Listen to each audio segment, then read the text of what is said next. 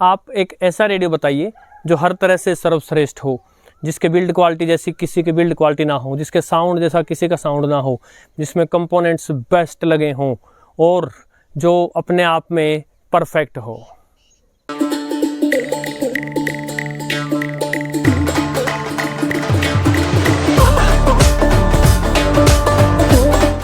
साथियों नमस्कार। ये वीडियो बना है खास उन लोगों के लिए जो चैनल पर अचानक से आकर इस प्रकार के प्रश्न पूछ लेते हैं।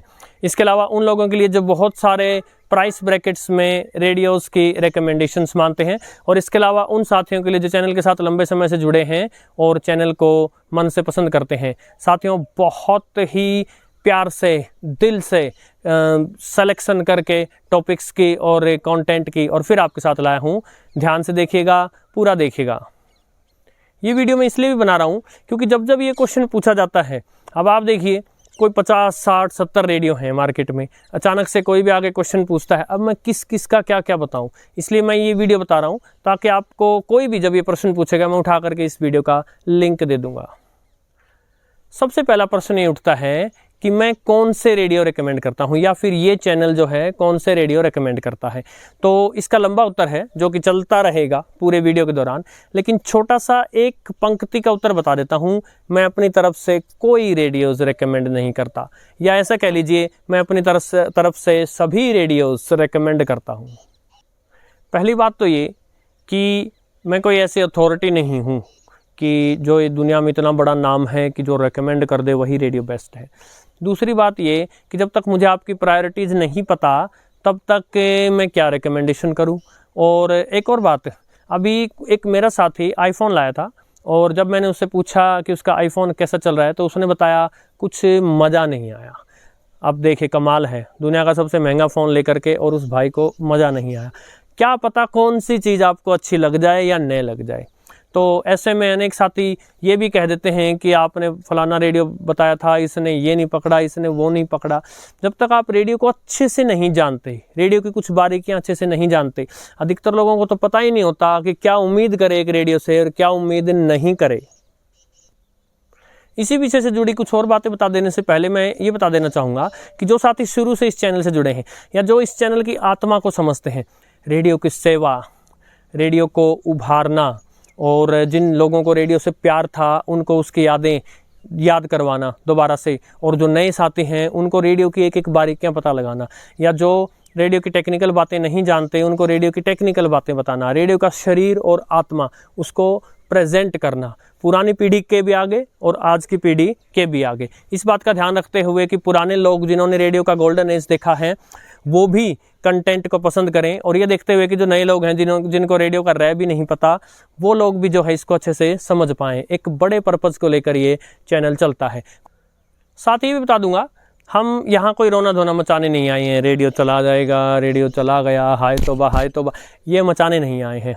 हम मीठे तरीके से और अनेक बार तो गुनगुना कर, गाकर, मस्ती से रेडियो को याद करते हैं और प्रयास कर रहे हैं कि ये बचा रहे जब तक बचा सकते हैं। एक बात ये जान लीजिए, कोई भी रेडियो परफेक्ट नहीं है। आपके आगे एक एग्जाम्पल पेश करता हूँ। ये एक्सेस डेटा D808 है, कुछ 7,000 से लेकर 9,000 तक इसका प्राइस रहता है। दुनिया के बेस्ट रेडियोज़ में से एक माना जाता है, और ये एक छोटा सा मॉडल है एक्सेस डेटा का D328, 1400-1500 रुपये का आ जाता है, किंतु इसका साउंड मुझे इसके साउंड से ज़्यादा अच्छा लगता है। तो आप देखिए, किसी रेडियो का कुछ अच्छा है, किसी का कुछ अच्छा है, कोई रेडियो परफेक्ट नहीं। यदि आप मेरे से पूछेंगे कि एक परफेक्ट रेडियो बता दो, मैं नहीं बता सकता, और ख़ासकर इसलिए नहीं क्योंकि आपको पुराने वाली बिल्ड क्वालिटी याद रहती है। अनेक लोगों को जब पत्थर की तरह मजबूत रेडियो आते थे, हालांकि महंगे बहुत होते थे उस समय भी, सस्ता नहीं मिलते थे, किंतु वैसी बॉडी अब नहीं बनाती, कोई कंपनी नहीं बनाती, वैसे कंपोनेंट ही नहीं लगते रेडियोज़ में। और इतने लंबे समय तक आप देखिए, वो रेडियो कभी 70 साल पहले बने थे और आज भी चल रहे हैं, वो आज भी जिंदा है और चले ही जा रहे हैं। आज जो रेडियो बन रहे हैं उनमें से संभवतः कोई एक भी ऐसा रेडियो नहीं है जो 70 साल बाद जिंदा होगा। और क्योंकि कोई भी रेडियो परफेक्ट नहीं है, इसलिए आपको अपनी आवश्यकता अनुसार और अपने बजट के अनुसार आप एक रेडियो देख सकें, उसके गुण जान सकें, उसमें क्या मिलेगा क्या नहीं मिलेगा, उसके कंपैरिजन्स देख सकें। इसके लिए आपको आवश्यकता है टाइम स्पेंड करने की। चैनल पर इतनी मेहनत से वीडियोस बनाए गए हैं, तो आप अचानक से कोई जादुई उत्तर चाहते हैं वो आपको नहीं मिल सकता। आप टाइम स्पेंड करें, रिव्यूज़ देखें, कंपैरिजन्स देखें और फिर अपने आवश्यकता अनुसार जो है वो एक रेडियो चुनें। इसके अलावा ये बता दूं, मेरे लिए सभी कंपनीज सेम है, बराबर है। पहली बात तो कंपनीज ही गिनी चुनी है। दूसरी बात, किसी कंपनी में मेरा मामा का बेटा तो उस कंपनी को चला नहीं रहा, या फिर वो कंपनी जितना मिलियन बिलियन में, रेडियो की कंपनीज आज के समय में मिलियन बिलियन में तो खेल नहीं रही हैं, जो 1 मिलियन मुझे भी दे देंगी। ज़्यादा से ज़्यादा क्या होगा, वो अपना नया रेडियो रिव्यू के लिए भेज देंगी। तो भाई साहब कितने रेडियो नए रिलीज होंगे, आप सोचिए कितने, 1 2 3। सो हमारे लिए हर कंपनी बराबर है, बात नंबर 1। बात नंबर 2, हर कंपनी के रेडियो बिकने चाहिए, थोड़ा इसका भी बिके, थोड़ा उसका भी बिके। केवल एक कंपनी के बिक कर रह जाएं, उससे भी किसी को कोई फायदा नहीं है, क्योंकि अगर सभी कंपनियां चलती बनी और कोई 1 2 रह गई तो फिर वो जैसा अपनी मर्जी आएगी वैसे रेडियो निकालेंगे। यदि ज़्यादा कंपनीज रहेंगी, उनमें कंपटीशन रहेगा, तो कुछ अच्छे मॉडल आने की उम्मीद भी होगी। अब बात कर लेते हैं लोगों की रेडियो की समझ के बारे में। तो बड़े ही दुर्भाग्य की बात है, लेकिन अनेक लोग जो आज के रेडियोज़ हैं उनको नहीं समझते हैं। आज का जो रेडियो का संदर्भ है, आज का जो रेडियो का ज़माना है, उसको नहीं समझते हैं। अनेक लोग तो जो पुराना देखा था, जब गोल्डन एज था, जब धड़ाधड़ रेडियो बिक रहे थे, जब कंपनियां प्रॉफिट में खेलती थी, उनके पास इकोनॉमीज ऑफ स्केल था, तब वो R&D पर पैसा खर्च करती थी, बहुत अच्छी अच्छी चीज़ें बनाती थी, महंगी भी होती थी वो, बट बनाती थी। अब के समय में, आज के समय में ऐसा होना संभव नहीं है, तो वो उम्मीदें छोड़ दें। एक महाशय का कमेंट आया था और मैं बहुत हंसा था, कई देर हंसा था मैं। उस महाशय ने बोला था कि मैं किसी एक खास मॉडल का नाम लिया था उन्होंने, उस खास मॉडल को पसंद नहीं करता, आपने रेकमेंड किया था बट मुझे अच्छा लगता, उसमें सिर्फ चाइना चलता है। अरे भाई साहब, आप 1 लाख रुपए का एप्पल का फ़ोन ले लो, आप 700-800 रुपये वाला कीपैड का फ़ोन ले लो, बट उसमें आवाज़ तो वही आएगी जो उधर से सामने वाला बोलेगा। तो उसमें रेडियो का क्या कसूर है? अब शॉर्ट वेव पे ज़्यादा चीन के स्टेशन हैं, तो कोई भी रेडियो हो वो उन्हीं स्टेशंस को पकड़ेगा। अब कमाल है, उन्होंने इसका आरोप जो है वो रेडियो पर लगा दिया। अनेक लोग कमेंट चिपकाते हैं, ये रेडियो तो चाइना है, ये रेडियो चाइना है। तो भाई साहब, आप अपने घर में एक भारत का रेडियो बनाकर और हमें दे दो जी, हम वो दिखा देंगे। अब चीन में ही रेडियो बन रहे हैं, चीन के अलावा इक्का दुक्का मॉडल, पैनासोनिक अपने 1 2 मॉडल बना रहा है इंडोनेशिया में, उनमें भी ये नहीं कहा जा सकता कि कितने कंपोनेंट चीन के आकर लगे होंगे, राम जाने। दूसरा, उनकी क्वालिटीज़ पर भी लोग उंगलियां उठाते हैं, वो पहले वाली क्वालिटी जो पैनासोनिक की होती थी वो है नहीं। इसके अलावा कुछ मॉडल्स भारत में बनते हैं। अब जो ये मॉडल्स भारत में बनते हैं, उनके बाद फिर लोग आते हैं और कमेंट चिपका देते हैं, इनके अंदर का सर्किट तो चाइना है। कमाल है जी, कुछ 2 पुर्जे तो भारत में बने होंगे, अगर चाइना का कंपोनेंट है तो उसको ला के जोड़ा तो भारत वाले ने होगा। सो लोग ये नहीं समझते कि इस चीज़ की वैल्यू क्या है, और बिना चीन के आज के रेडियो नहीं बन सकता। आप फ़ोन, जो लोग जिस फ़ोन से कमेंट कर रहे होते हैं वो फ़ोन चाइना का है। एक भाई का कमेंट आया, आपने फलाना मॉडल बताया था भारत में बना, ये रेडियो तो कबाड़ निकला। कमाल है, उस रेडियो को खोले, उसका ब्यूटीफुल एनालॉग सर्किट देखे, उसमें सोनी की 1619 IC देखे।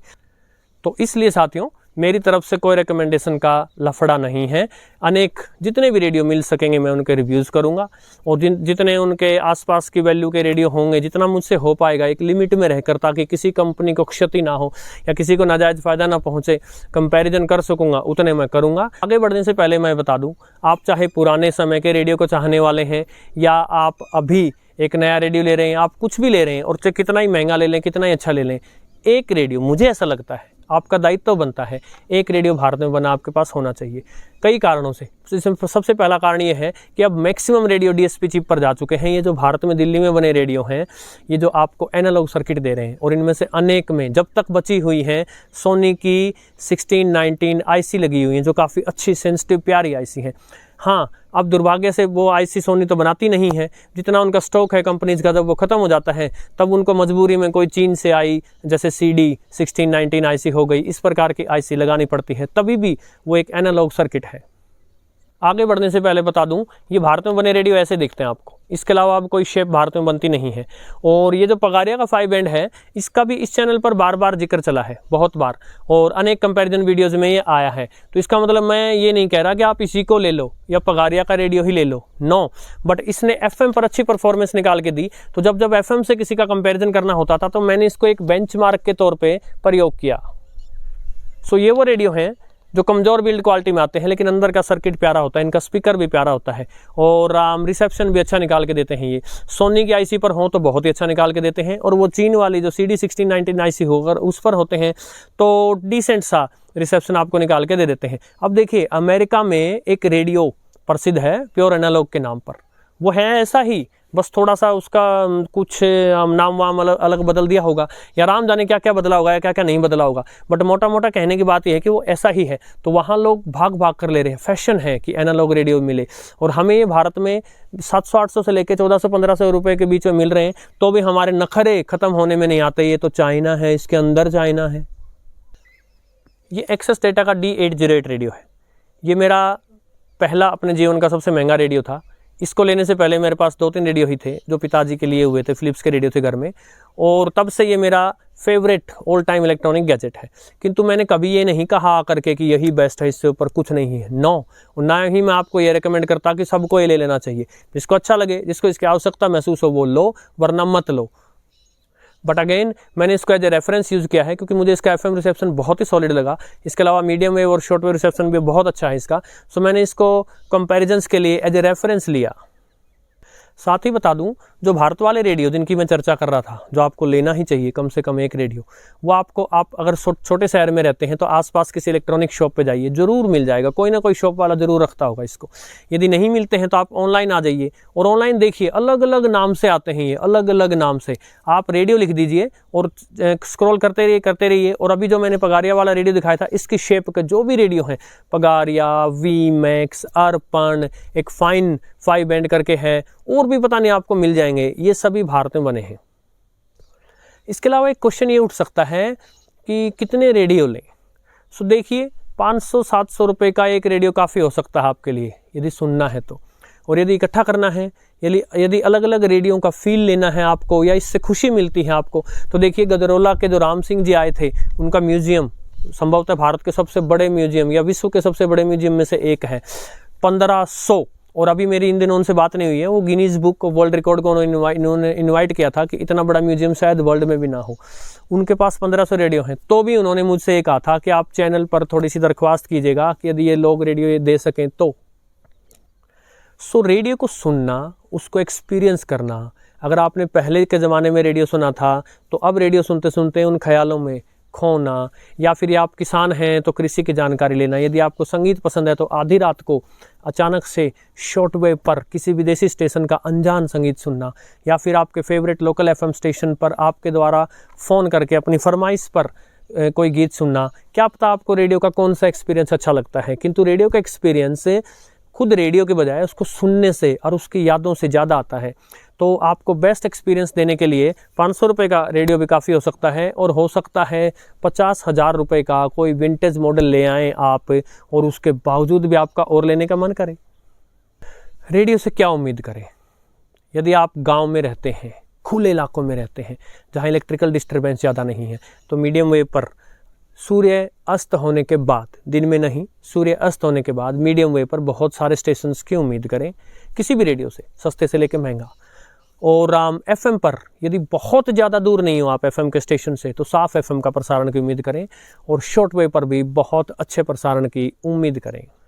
यदि आप शहर में रहते हो, FMs वहीं हैं, तो आप अच्छे FM प्रसारण की उम्मीद तो कर सकते हैं, किंतु इतना इलेक्ट्रिकल डिस्टर्बेंस है, मीडियम वेव दिन में तो भूल ही जाइए। और रात के समय भी स्टैटिक जो नॉइस होता है, चरड़ चरड़ सी होती रहती है, वो आपके आती ही रहेगी, क्लियर प्रसारण नहीं आ पाएंगे। और शॉर्ट वेव भी डिपेंड करता है आप कहाँ बिल्डिंग्स के बीच में गिरे हो, कहाँ हो, क्या है। सो आपके यहाँ कोई रेडियो मेरे यहाँ परफेक्ट चल रहा है और आपके यहाँ हो सकता है वो एक धेले का भी न चले। तो इन बातों की कोई गारंटी नहीं हुआ करती, इन बातों की कोई श्योरिटी नहीं हुआ करती।